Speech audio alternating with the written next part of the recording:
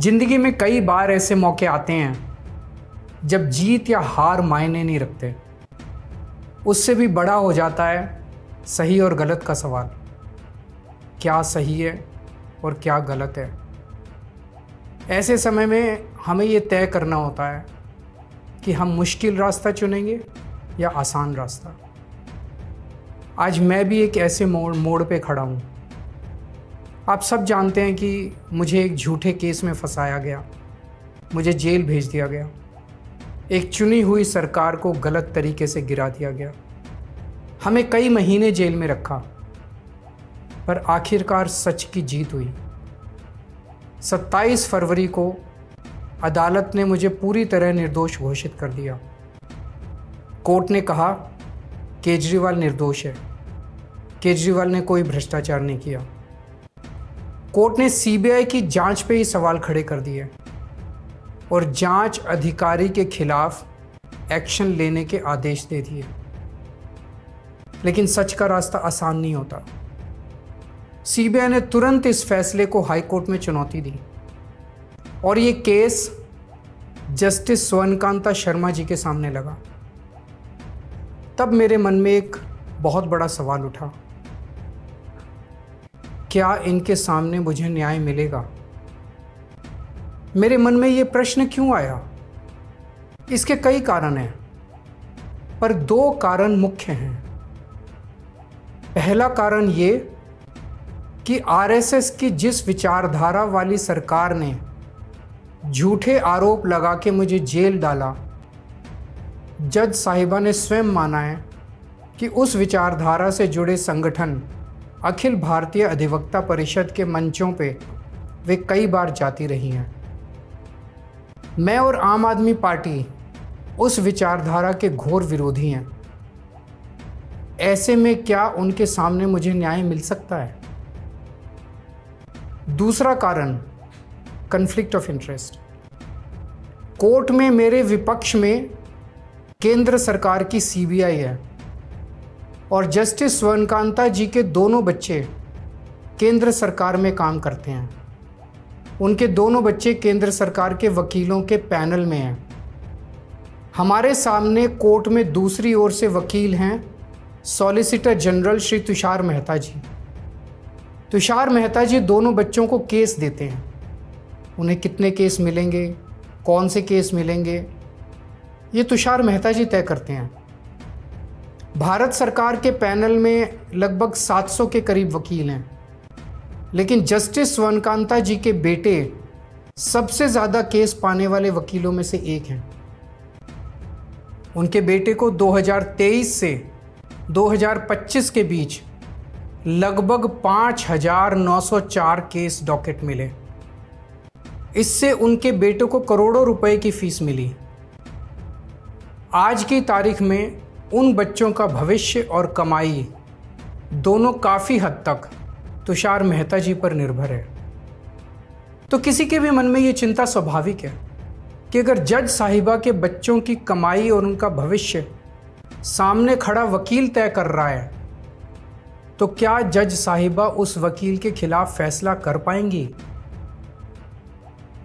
मैं ये स्पष्ट करना चाहता हूं कि मुझे जुडिशरी पे पूरा भरोसा है। मैं जुडिशरी का बहुत सम्मान करता हूं। जब मेरे खिलाफ गलत साजिश हुई तो हमारे देश की जुडिशरी ने ही मुझे न्याय दिया था। जब मुझे झूठे केस में गिरफ्तार किया गया तो इसी जुडिशरी ने मुझे बेल दी थी। इसी जुडिशरी ने मुझे उसी झूठे केस में दोष मुक्त करार किया है। पिछले 75 वर्षों में जब जब देश पे आंच आई, हमारे देश की जुडिशरी ने देश को बचाया और नागरिकों के हितों की रक्षा की है। मैं जस्टिस स्वर्णकांता जी का भी बहुत सम्मान करता हूँ। मुझे उनसे या उनके परिवार से किसी भी प्रकार की कोई व्यक्तिगत आपत्ति नहीं है। लेकिन न्याय का एक बहुत बड़ा सिद्धांत है, justice should not only be done but should also be seen to be done. इसलिए मैंने जस्टिस स्वर्णकांता शर्मा जी से पूरे सम्मान के साथ अनुरोध किया कि वो इस कन्फ्लिक्ट ऑफ इंटरेस्ट जैसे कारणों की वजह से इस केस से खुद को अलग कर लें। लेकिन उन्होंने मेरी दलीलें खारिज कर दी और फैसला दिया कि वो स्वयं ही ये केस सुनेंगी। आज मेरे सामने सबसे आसान रास्ता है कि मैं उनका आदेश मान लूं और एक बड़ा वकील खड़ा करके उनके सामने अपना केस लड़ूं। पर यह मुद्दा अब सिर्फ मेरे केस का नहीं है, बल्कि आम लोगों के न्याय प्रणाली पर भरोसे का है।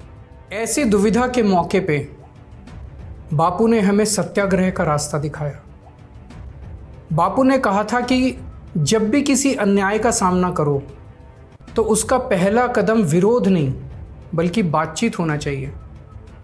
अपनी बात अन्याय करने वाले के सामने पूरी विनम्रता के साथ रखनी चाहिए और उसे सुधारने का पूरा मौका देना चाहिए। सारी कोशिशों के बाद भी अगर न्याय ना मिले तो अंतरात्मा की आवाज़ सुनो। यदि अंतरात्मा की आवाज़ कहती है कि न्याय नहीं हुआ तो शांति और विनम्रता के साथ सत्याग्रह करना चाहिए। फिर उसके जो भी परिणाम हों वो सहर्ष स्वीकार करने चाहिए। पर इस पूरे प्रकरण में अन्याय करने वाले व्यक्ति के प्रति किसी भी प्रकार की नफरत या गुस्सा नहीं होना चाहिए। मैंने भी बातचीत से शुरुआत की, पूरी निष्ठा और विनम्रता के साथ जस्टिस स्वर्णकांता जी के सामने अपनी बात रखी। उन्हें इस केस से अलग होने के लिए याचना की। मैंने आग्रह किया कि मेरा केस हाई कोर्ट के किसी भी अन्य जज द्वारा सुन लिया जाए, लेकिन उन्होंने मेरी प्रार्थना अस्वीकार कर दी। उन्होंने फैसला दिया कि वे अपने आप को इस मामले से अलग नहीं करेंगी और ये केस वो स्वयं ही सुनेंगी। उनके दिए गए इस फैसले से मैं पूरी विनम्रता पूर्वक असहमत हूँ। इस पूरे घटनाक्रम के बाद मेरी आशंका और गहरी हो गई है कि क्या उनके सामने मुझे न्याय मिलेगा। बापू के दिखाए रास्ते पर चलते हुए सत्याग्रह की भावना से अब मैंने फैसला किया है कि मैं इस केस में जस्टिस स्वर्णकांता जी के कोर्ट में ना तो स्वयं पेश होऊंगा और ना ही मेरी तरफ से कोई वकील पैरवी करेगा। जस्टिस स्वर्णकांता जी जो भी फैसला सुनाएंगे उस पर समय आने पर मेरे जो भी कानूनी अधिकार हैं, जैसे सुप्रीम कोर्ट में चुनौती देना आदि, वो सभी कदम लेने के लिए मैं स्वतंत्र हूँ। ये बात आज मैंने एक पत्र लिखकर जस्टिस स्वर्णकांता जी को भी सूचित कर दिया है। मेरा जस्टिस स्वर्णकांता जी से किसी प्रकार का व्यक्तिगत विरोध नहीं है। यदि भविष्य में भी कभी उनके सामने मेरा कोई अन्य केस लगता है जिसमें मेरे विरोध में बीजेपी, केंद्र सरकार या तुषार मेहता जी नहीं हैं, तो मैं उनके समक्ष जरूर पेश होऊंगा। आप पूछ सकते हैं कि यदि मैं जस्टिस स्वर्णकांता जी के रिक्यूजल ऑर्डर से असहमत हूं तो उसके खिलाफ सुप्रीम कोर्ट क्यों नहीं जा रहा? उसकी तैयारी कर रहा हूं। ये पूरा मामला बहुत नाजुक और संवेदनशील है।